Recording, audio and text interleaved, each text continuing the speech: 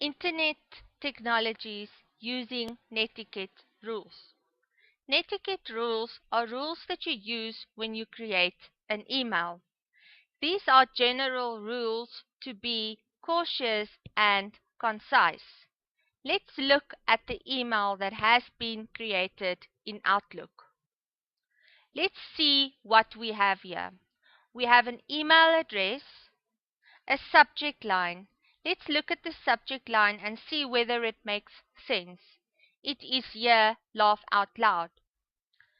A rule in Netiquette is to insert a subject line that has a reference to the email. Let's look at the attachment. Number 1, the attachment says very dangerous. So any user that would want to open this attachment would be scared that there might be a virus. Look at the size of the attachment. It is currently 12 megabytes. That would mean that the person on the other side will have to wait a very long time before it can open. Let's see what the rules of Netiquette says here. Do not send attachments with viruses. Also, limit the attachments to less than 2 megabytes. Besides the point that it takes long to download, it also uses up a lot of data from the receiver. Let's look at the email. Did you note that there is no greeting line? Always add a greeting line before you start the email. Reading through this email, you note that there are capital letters for connecting. There is no relevance to these capital letters. Therefore, do not use capital letters unnecessarily. That could mean that you are shouting at the user on the other side.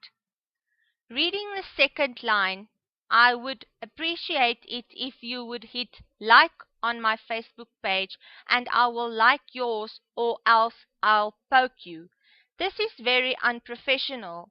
Seeing that this could be a professional email, this is not relevant. Do not become personal in an email. Read the next sentence. Please do use Sam as a distribution agent. He is not very reliable.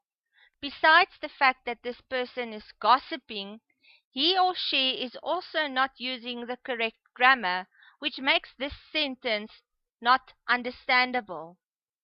I have attached the VGA document.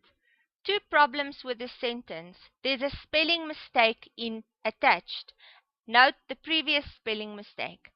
Also, this person is indicating that the VGA document is attached.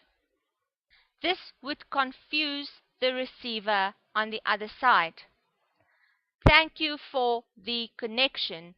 Now, we are not sure whether this is a professional email or a personal email. Note the next one, MYSB. This is an abbreviation that is not understandable.